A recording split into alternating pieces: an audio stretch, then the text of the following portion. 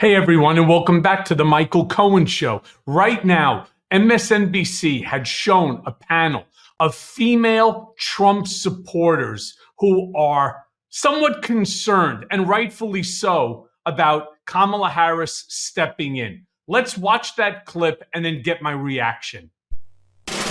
Do you think that having Vice President Kamala Harris as the nominee dramatically changes Donald Trump's odds of winning? I'm worried about it. Yes. I think she's going to go for the minority and female and younger voters. Progressive. Everybody's excited about her. Right. And that scares me. Unbelievable. First of all, something that I talk about in my Mea Culpa podcast right now, and it was part of my introduction. I want to be real here for a second.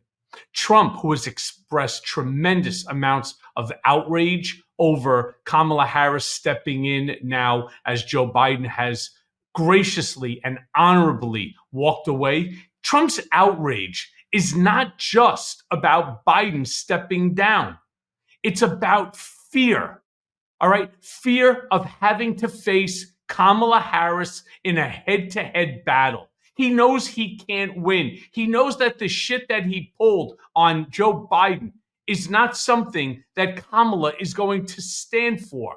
It's a fear of a new political dynamic that he will not be able to manipulate. Something that he was sitting back, they were all rejoicing, him and his campaign team. They're like, we fucking got this. We got this. This is going to be so easy. You know what Donald's biggest fear is on top of all this? Fear of losing. Not just losing again, which of course is a problem for him, but fear of losing to a woman. Fear of losing to a black woman.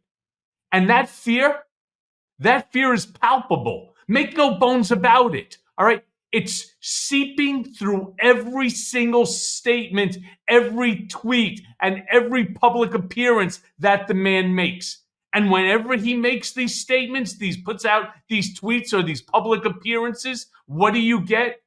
You get a group of morons like the ones that were there being questioned about, do you think that Donald is nervous? Are you nervous? And they say, well, yeah, she's going to go after the Gen Z vote. Okay. Yeah, that's true. She will. And in fact, Joe Biden was going to try to go after the Gen Z vote. So is Donald Trump. The difference, though, is Trump can't relate to Gen Z. He's in a totally different world. And then she's going to go for the minority vote. I mean, you want to talk about somewhat of a racist comment that white bread looked like she was going after? This is really terrible, terrible stuff. Nevertheless, here's the beautiful thing about the whole thing. Kamala is undeterred. She's on fire. In the 72 hours preceding the announcement, she raised over $200 million, which, by the way, is an astronomical sum. It's a testament to her support base and the energy that is now behind this campaign. It is a clear message, 100%. This is a clear message to Trump and to the GOP, like these women that you saw being interviewed, that she is not a placeholder. She is a formidable candidate in her own right. People are now getting a chance to see who Kamala Harris actually is. You see, it happens to be one of the benefits, even though she's been in politics. She was a senator, and now she's the sitting vice president. But here's the thing. She's never been one that they're going to be able to now talk about her record. Yeah, they'll go back to when she was a senator in California. They'll try to do that, but it's not going to help them, especially not when you're attacking what Donald Trump did from 2016 to 2020. And let me be very clear about this. The polls, which we've talked about in other episodes on the Michael Cohen Show, the polls are already showing that she's leading between 2 to 4 points, and that margin is growing. All right. Then you go ahead and you bring in Shady Vance, this weird, this guy who is weird. He makes Donald Trump seem normal. He makes Trump and this whole campaign seem normal, which, as you know, they are not.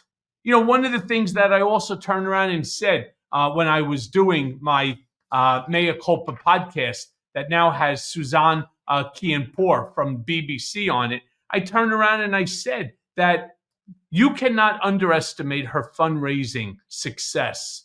Why? Because not only did it bring with it over $200 million of new small dollar donors. That's really important. Small dollar donors. It's now brought in, according to last reports, over 200,000 volunteers.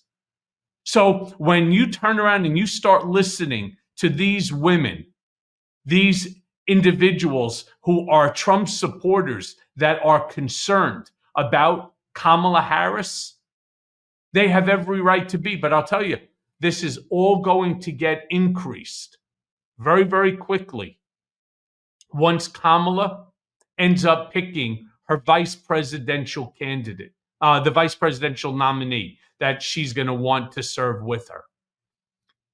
And I say that because my opinion is it's going to either be Mark Kelly or it's going to be Bashir. It's going to be one of these two. That's my opinion. It makes, to me, the most sense. Both of these individuals will play well in the swing states. On top of that, based upon their age, based upon their experience, they are well regarded. And more importantly, than all of this is the fact that unlike Shady Vance, they're not weird. You're not listening to rumors about, sexual relations with his couch or some wacky shit regarding women and dolphins. You're not listening to somebody who's turning around and talking about how it makes biblical sense to interfere in a woman's reproductive decision-making rights. It's not, it's not what you're going to hear from either of these individuals or any of the individuals that are being considered right now for Kamala's vice presidential pick. So you have to remember, the reason why they're nervous is because there's so much here that's at stake for whatever reason. And I'm shocked that there's any women that are supporting Trump and Vance in this, I don't even know, dystopian, Gileadic type of environment. Who in their right mind wants to lose rights? That's not what America is about. That's not what we should be talking about. It's not what they should be talking about. It's not what should be going on right now. But that's what they want. They believe that their base of 38 to 50% of just the Republican Party, that MAGA stronghold, is going to be enough to bring them a presidential victory, something that Donald is desperate to achieve so as to avoid all the legal accountability that he's currently facing, including the upcoming September 18th sentencing at the Manhattan District Attorney criminal trial. Rest assured, my friends, we're going to have a massive blue wave, and that's why I tell you, make sure you are all registered to vote, vote.org. Go there, make sure that you're registered Democrat, and as I will always finish all of these episodes, Kamala Harris 2024. Hey everyone. First of all, thanks for watching. I mean, we're going to be posting daily episodes with reactions and talking about politics. We'll be talking about everything, in fact. So please like and subscribe. Join us on this journey.